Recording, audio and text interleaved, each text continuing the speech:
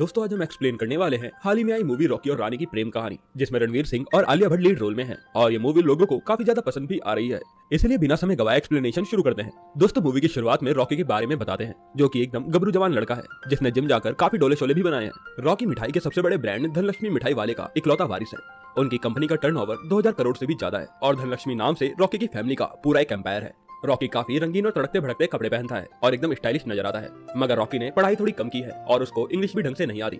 धनलक्ष्मी मिठाई पर राज करने वाली महिला है रॉकी की दादी, जिनके नाम से धनलक्ष्मी मिठाई वाला कंपनी का नाम बना है। रॉकी की दादी एकदम स्ट्रिक्ट है और वह हर चीज में अपना कंट्रोल रखती हैं और उन्हें पैसों से इतना ज्यादा प्यार था कि उन्होंने अपने बेटे का नाम तिजोरी रखा है, जो कि रॉकी के पापा है। रॉकी के पापा उसकी दादी की हर बात मानते हैं और दादी के इशारे के बिना कुछ भी नहीं करते। रॉकी के दादा भी हैं, जिन्होंने एक एक्सीडेंट के बाद अपनी याददाश्त गवा दी है और उनकी याददाश्त आती जाती रहती है। रॉकी के अपने दादा से काफी बनती है और वह अपने दादा के साथ काफी अच्छा टाइम स्पेंड करता है। रॉकी की माँ, जो कि एक हाउसवाइफ है, उन्होंने अपने सारे सपने शादी के बाद कुर्बान कर दिए और वह एक अच्छी हाउसवाइफ की तरह घर के सारे काम संभालती है। रॉकी की एक बड़ी बहन भी है जिसका नाम गायत्री है। वह काफी मोटी है, जिसकी वजह से उसकी शादी नहीं हो पा रही है, मगर वह चुपके चुपके ट्रेडिंग करती है। उसके बाद अब रॉकी एक जबरदस्त डांस करता है, जिसको देखकर उसके पापा उसको काफी डांटते हैं, क्योंकि वह पार्टी धनलक्ष्मी मिठाई कंपनी की पार्टी थी और उसके पापा को रॉकी का डांस करना बिल्कुल भी पसंद नहीं था। उसके बाद पार्टी में एक पुराना गाना चलता है, जिसे सुनकर रॉकी के दादा कवल की पुरानी यादें ताजा हो जाती हैं और रॉकी के दादा वहां पर बैठी एक औरत के गाल पे पप्पी कर देते हैं और उसे जामनी कहकर बुलाते हैं। ये देखकर रॉकी की दादी धनलक्ष्मी को काफी जलन होती है। अगले सीन में रॉकी के दादा बेड पर पड़े होते हैं, क्योंकि बुढ़ापे के कारण उनकी तबीयत खराब रहती है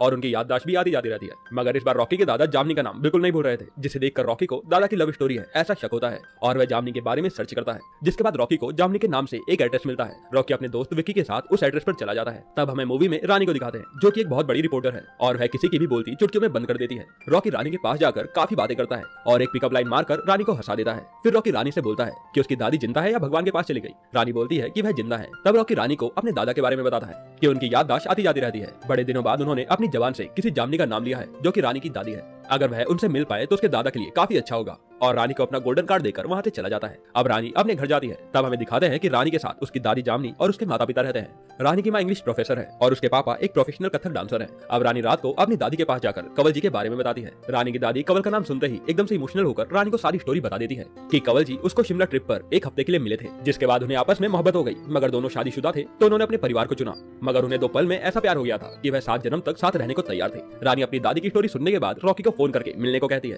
तब रॉकी रानी को अखाड़े में मिलने को कहकर फोन काट देता है। अब रॉकी और रानी अखाड़े में मिलते हैं, जहाँ रानी रॉकी के दादा और उसकी दादी को मिलाने को कहती है। रॉकी बोलता है कि मेरे दादा कहीं बाहर नहीं जाते क्योंकि उनकी तबीयत खराब रहती है। तब रानी उसकी फैमिली को रॉकी के घर लाने की बात करती है, जहाँ जामनी और कमल मिल पाएंगे और रॉकी मान जाता है। जिसके बाद रॉकी और रानी एक बेहतरीन डांस करते हैं और फिर रानी अपनी पूरी फैमिली को लेकर रॉकी के घर आ जाती है। तब रानी की दादी रॉकी के दादा को सारी बातें याद दिलाने की कोशिश करती है, मगर उन्हें कुछ भी याद नहीं आता और जैसे ही रानी की दादी जामनी वहां से जाने लगती हैं, तब रॉकी के दादा अचानक से उठकर रानी की दादी के लिए एक पुराना रोमांटिक गाना गाने लगते हैं और जामनी का हाथ पकड़ लेते हैं। ये देखकर रॉकी की दादी धनलक्ष्मी को काफी गुस्सा आता है और वह रानी की फैमिली को वहां से जाने के लिए कह देती है। अब रॉकी और रानी को पता चल गया था कि उनके दादा और दादी आपस में प्यार करते हैं, जिनको अब वह मिलाने की पूरी कोशिश करते हैं। रॉकी और रानी चुपके से अपने दादा दादी को मिलवाते रहते हैं और खुद भी काफी सारा टाइम स्पेंड करते हैं, जिसकी वजह से उनके बीच करीबियां बढ़ गई थी और शायद वह एक दूसरे से प्यार भी करने लगे थे। एक दिन रानी की दादी रानी से पूछती है कि क्या तुम रॉकी से प्यार करती हो। तब रानी मना करती है और बोलती है कि रॉकी उसके टाइप का नहीं है और वह उससे प्यार नहीं करती। तब जामनी रानी को समझाती है कि देखो, अगर तुम्हें प्यार हो जाए तो कभी उसे ठुकराना मत, नहीं तो जिंदगी भर उसकी दादी की तरह तड़पती रहोगी। अब कुछ टाइम बाद रानी का जन्मदिन आता है, जहाँ रॉकी रानी से बड़ी बूंदी के लड्डू पर कैंडल रखकर कटवाता है और 1-2 दिन बाद रॉकी रानी को एक जगह पर लाकर प्रपोज भी कर देता है।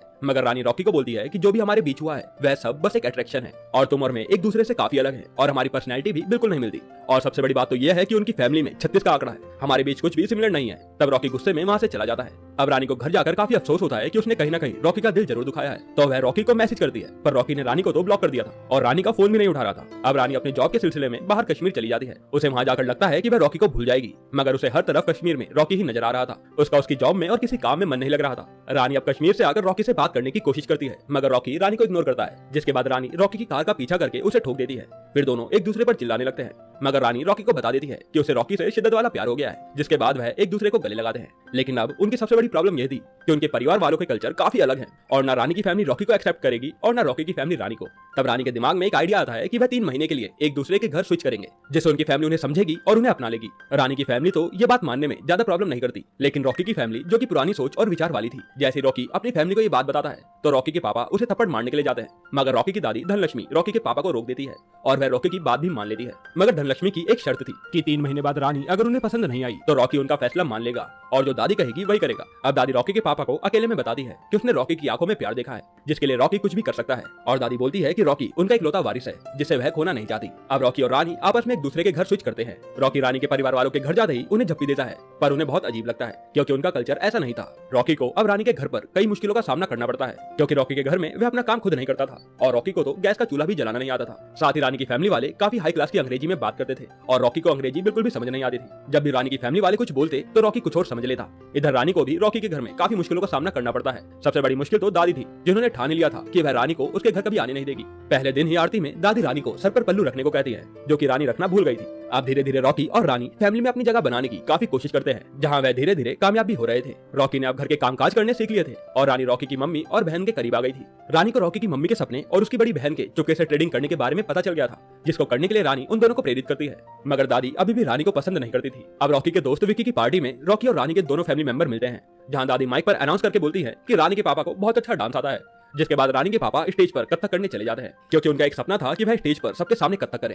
जैसे ही रानी के पापा कथक करते हैं, वहां पर बैठे सारे लोग रानी के पापा को देखकर जोर जोर से हंसने लगते हैं क्योंकि एक आदमी कथक करते हुए काफी अजीब लग रहा था। इसे देखकर रानी के पापा को काफी शर्म फील होती है और रानी की फैमिली वहां से घर चली जाती है। रॉकी रानी की फैमिली के पीछे जाता है और उनकी फैमिली की तरफ से माफी मांगता है। तब रॉकी को रानी के पापा की स्टोरी पता चलती है कि उन्हें बचपन से कथक के लिए किसी ने सपोर्ट नहीं किया, यहाँ तक कि उसके पापा ने भी उन्हें कथक करने से मना कर दिया था। इसके बाद रॉकी रानी की फैमिली को एक इमोशनल स्पीच देता है, जिसके बाद रानी की फैमिली उससे इंप्रेस हो जाती है और वह रॉकी को अपना लेती है। अब रॉकी रानी की फैमिली के साथ खुशी खुशी रहने लगा था और इधर रानी को दादी की वजह से काफी दिक्कत आ रही थी, जो कि उसे बिल्कुल भी पसंद नहीं करती थी। अब रॉकी के घर में रानी की फैमिली की तरफ से दुर्गा पूजा का इनविटेशन आता है और रॉकी के परिवार वाले दुर्गा पूजा में आते हैं, जहां रानी के पापा ने कथक की एक परफॉर्मेंस तैयार की थी। मगर इस बार रॉकी भी रानी के पापा के साथ कथक की एक जबरदस्त परफॉर्मेंस देता है, जिसे देखकर रॉकी की दादी धनलक्ष्मी और रॉकी के पापा तिजोरी को काफी बुरा लगता है और वह गुस्से में आधी पूजा छोड़कर वहां से जाने लगते हैं। रॉकी उनके पीछे जाता है, जहां रॉकी की अपने पापा के साथ काफी तगड़ा झगड़ा होता है। रॉकी के पापा रानी की फैमिली के बारे में काफी बुरा भला भी कहते हैं, जिससे रानी वहां आकर सुन लेती है और रानी गुस्से में उन्हें सुनाने लगती है। जिसके बाद रानी से रॉकी के पापा को धक्का लग जाता है, जिसे देखकर रॉनी गुस्से में पागल हो जाता है और वह भी रानी को सुनाने लगता है और दोनों ही आपस में गुस्से में अपना रिश्ता खत्म कर अपने अपने घर चले जाते हैं। अब दोनों की फैमिली घर पहुंचती है, जहां रानी की फैमिली रॉकी को अपना चुकी थी,